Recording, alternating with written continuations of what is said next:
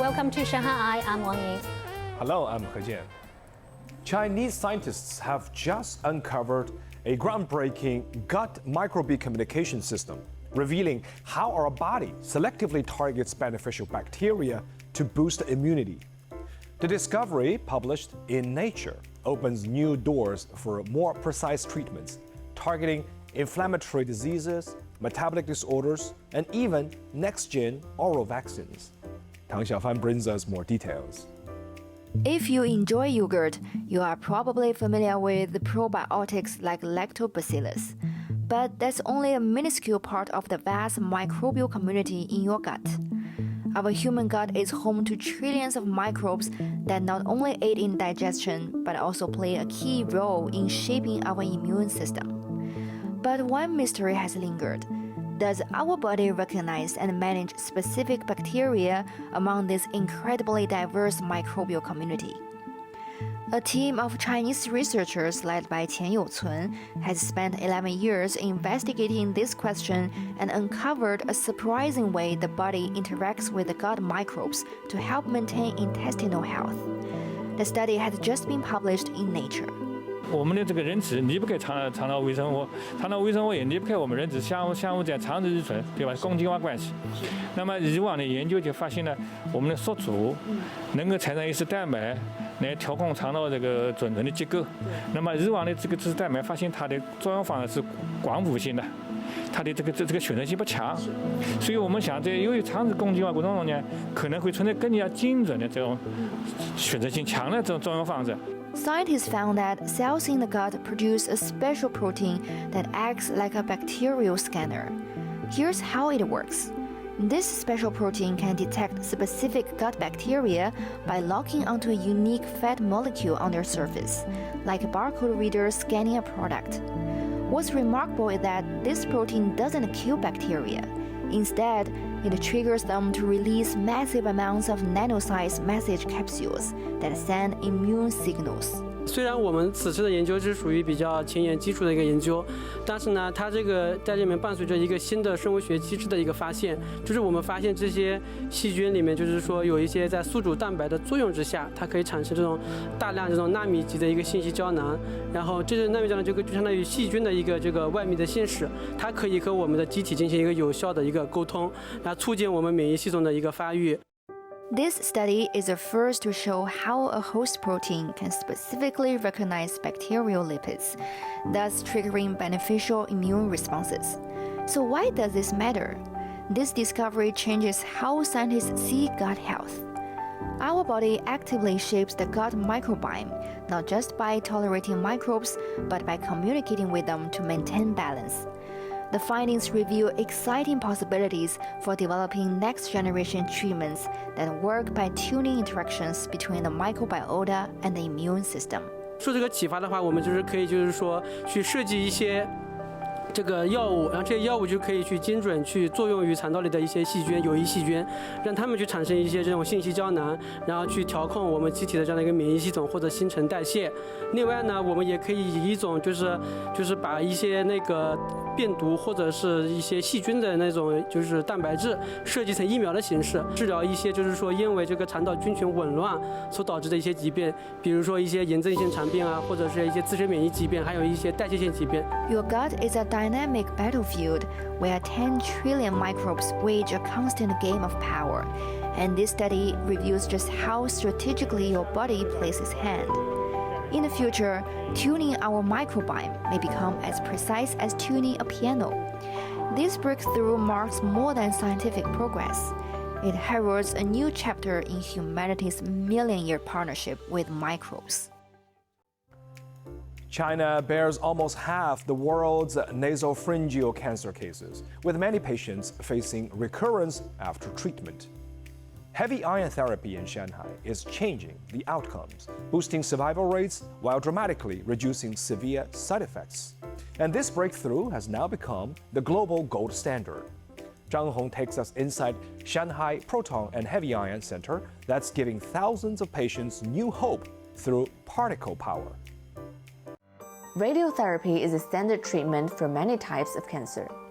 As the radiation machine moves in arcs around the patient, the treatment can be delivered from various angles and with different intensities. The most common radiation is carried out with photon beams. It uses high-energy X-rays to damage the DNA inside cancer cells. However, X-rays cannot be completely stopped once they penetrate the body and tend to scatter. This scattering results in unnecessary radiation exposure to the healthy tissues around the tumor. Proton and heavy ion therapies both fall under the category of particle radiation, which has different physical properties compared to X-rays. Once they reach a certain depth, they release all their energy and then produce almost no radiation beyond. This creates a dose distribution known as the Bragg peak. 碳离子它是有一个特殊的一个布拉格峰的，那么它可以保护周围的正常的器官。那么这样的话，正常器官的受到的剂量低了以后，那么它的副反应的发生的概率也就会明显的下降的。In 2015, Shanghai pioneered China's first proton and heavy ion therapy center. Today, their reported 69.5% overall 5-year survival rate represents more than a statistic. It's 8,000 stories of hope. 70-year-old Mr. Li, among the center's earliest patients, presented with high-risk localized prostate cancer in 2015. Following 23 sessions of carbon ion radiotherapy, follow-up MRI showed complete resolution of his original 2-centimeter tumor. 张主任也经常问我，你有没有尿频尿急啊？有什么地方不舒服啊？还有什么其他的感觉吧？我自我感觉都没有发生过，我这切身体会。还有我们有个患者微信群里面的其他大多数的患者都认为很好。目前的它的 PSA 呢一直还是控制的比较好，就是没有达到我们那个生化复发的水平。A decade of clinical data shows remarkable outcomes. 100% 5-year survival for localized prostate cancer, 92.9% for primary nasopharyngeal cancer, and 29.4% at 3 years for pancreatic cancer. 鼻咽癌放疗以后，如果一旦复发，也是难以手术切除，也要采取再生放疗。如果用光子放疗，后遗症也很大。据我们统计的这个光子治疗的这个数据来看，产生黏膜坏死的话，有40%、10%几的病人因为大出血而死亡。用重离子来治疗，疗效明显的比我们光子治疗的疗效提高。我们5年3期可以达到将近40%几，就复发以后的，我们产生黏膜坏死等这些副作用啊，从40%几降到10%几。我们这数据出来以后呢，国际上就把我们这个标准，采纳为国际上的质子重离子治疗的金标准。The hospital has now increased the heavy ion treatments to 76% of cases, and this is a deliberate choice rooted in science. You may wonder what's the difference between proton and heavy ion treatment. Heavy ion's unique Bragg peak delivers higher biological effectiveness, making them particularly potent against resistant tumors by causing irreparable DNA damage.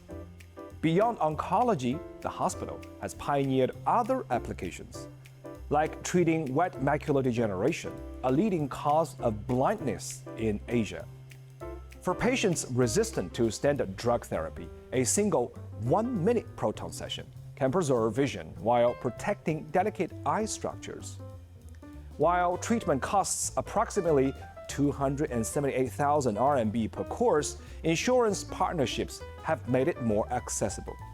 40% of patients use commercial coverage, with over 800 beneficiaries claiming 100 million RMB through Shanghai's supplementary healthcare insurance plan, 互惠保.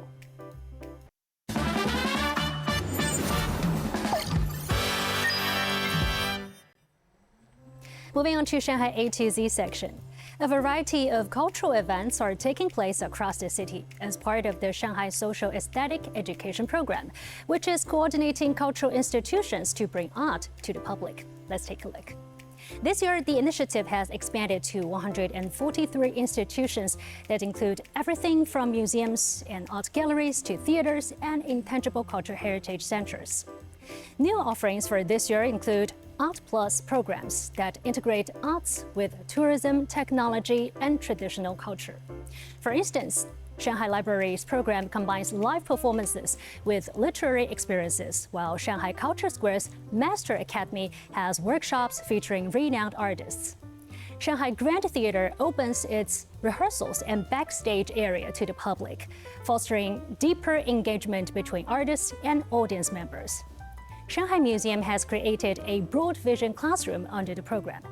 Using exhibitions and collections as a medium, it offers educational activities such as public lectures and art film guidance, providing multi-perspective interpretations of Chinese and foreign civilizations. The museum also offers tour booklets in 8 languages for visitors from around the world. Special efforts are being taken to ensure access for all age groups.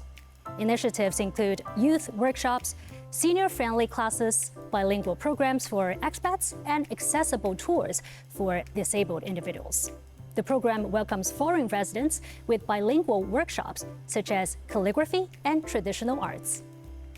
If you've got a question for us, you can find us on all the socials. We'd love to hear from you. You can find all our content online as well and join us here on Dragon TV, Monday to Friday. Thank you so much for watching. See you next time.